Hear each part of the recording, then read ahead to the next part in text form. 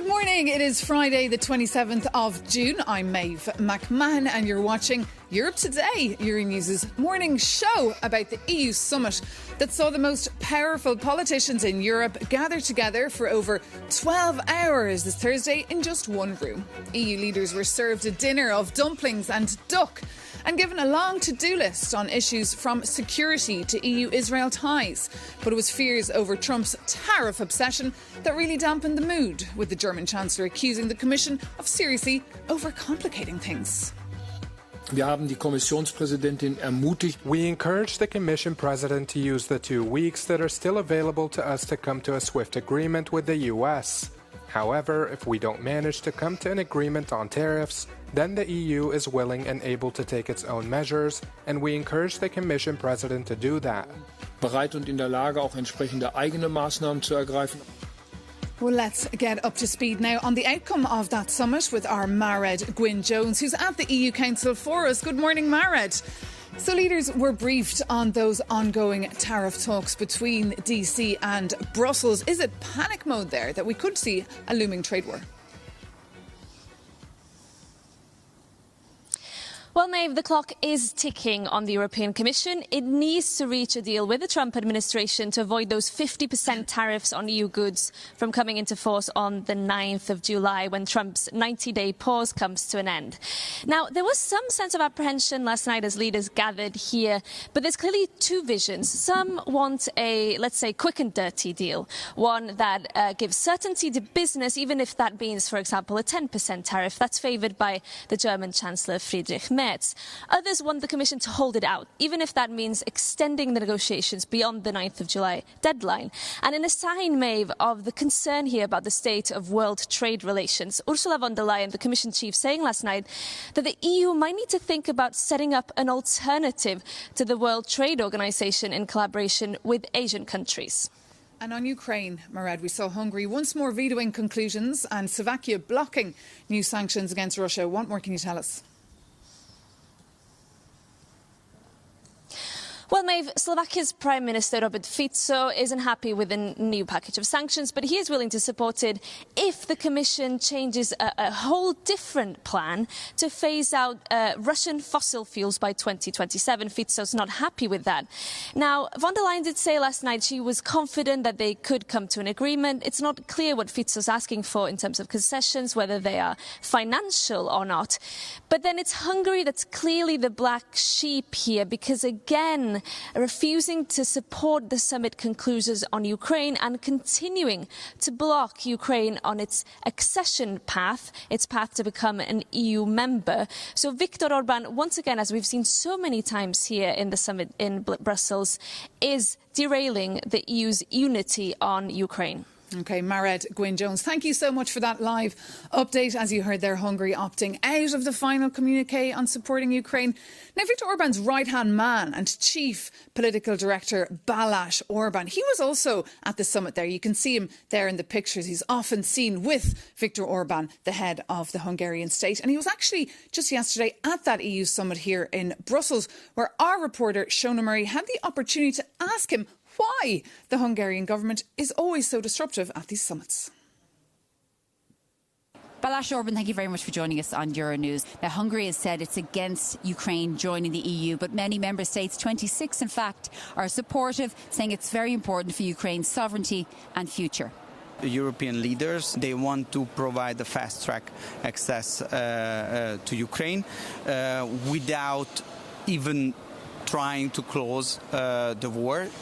According to our understanding, this is a mistake and it shouldn't be done. If we integrate and we speed up the process of the integration Ukraine into the European Union, we integrate confrontation with Russia, which shouldn't be the case. We heard from the Ukrainian ambassador to the EU who was on Euronews yesterday, and they said that they would be able to persuade Hungary to eventually allow Ukraine join the European Union. Is Hungary for moving in this regard?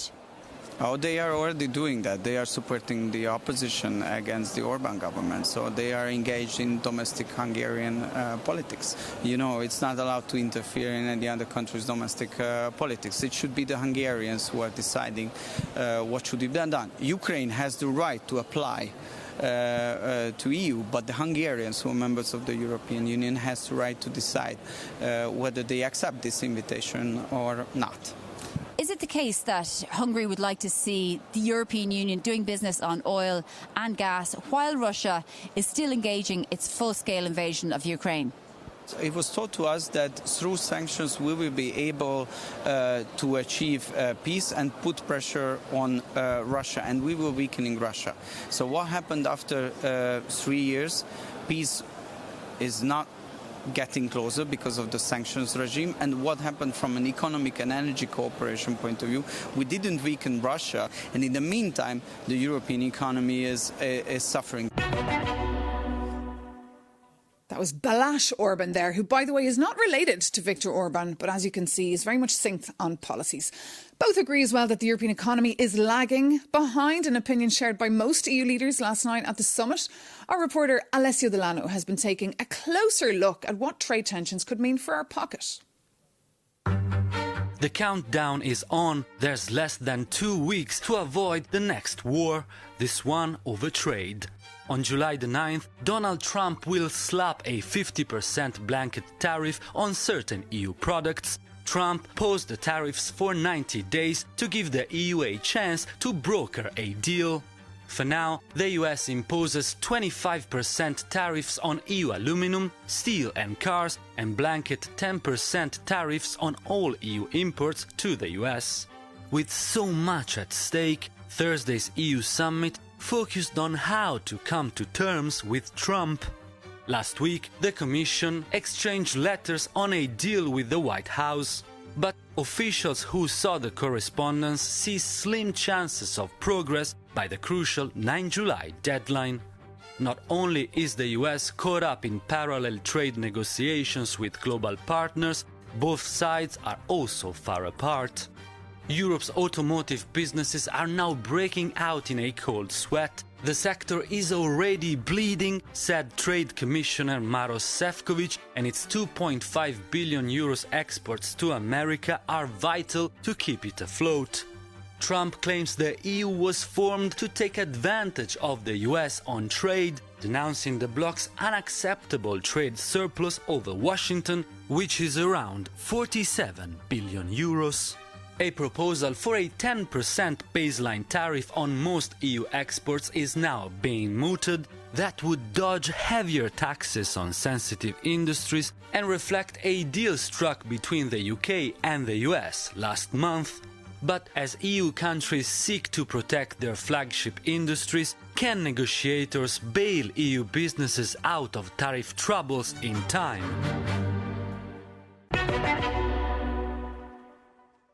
Alessio Delano reporting there for us. And now we can go deeper into these attempts to stop a painful trade war and also break down the EU summit outcome and tell you what it means for you with the European Commission's number 2 after the President, the Executive Vice President, the Spanish Socialist, Teresa Ribera. Thank you so much for joining us. Lovely to have you with us here. My great pleasure. Good morning. Good morning. This morning, we're hearing now that the European Commission is not doing enough to stop a full-blown trade war. Last night, the German Chancellor said negotiations were far too complicated. What's going on? Well, I think that these are complicated negotiations, but I think that we are working with much prudence, trying to preserve the European interests and trying to avoid an escalation of something that should not take place. We don't want trade wars. And we heard last night the European Commission President saying she wants to create a new World Trade Club without the Americans. How would that work? How would that go down? It's maybe important to identify where the problems, the things that do not work can be and how we can solve them together. So I think that having the possibility to identify how to improve the governance, the anticipated identification of any eventual difficulty or misadjustment could be a good idea. And at these EU summits, our viewers are used to the fact that heads of state don't get on. There's always tensions. And last night, one of the clear tensions was President Emmanuel Macron of France complaining about the climate targets. And next Wednesday, you're supposed to be publishing climate targets on 2040. He's looking for a delay. Will you delay this presentation? I think it could be a mistake. I think that this year is the 10th anniversary of the Paris Agreement, and we want to identify how we can keep on going in something that we think it is quite as essential for the economic and social welfare of the Europeans and worldwide, quite important in terms of how we can provide an answer to global challenges, and quite important in terms of boosting innovation and modernizing our economy. So we will have to identify where there may be challenges ahead of us, but try to reach an agreement between all European countries.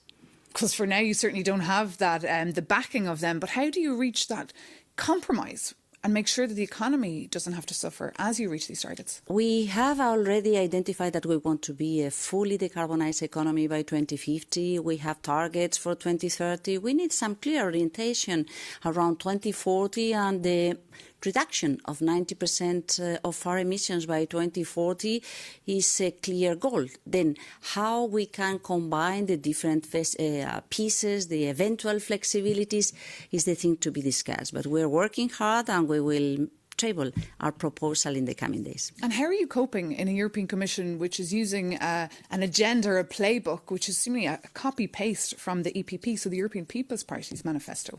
I don't think that we are doing so. I think that we are trying to steer the different views of the different member states, the different sectors, the different concerns and experience coming from every single stakeholder, so that we can come with a progressive outlook, a progressive proposal on how to solve the problems. And of course, the EPP is a relevant political family in this point in time in Europe, but it is not the only one.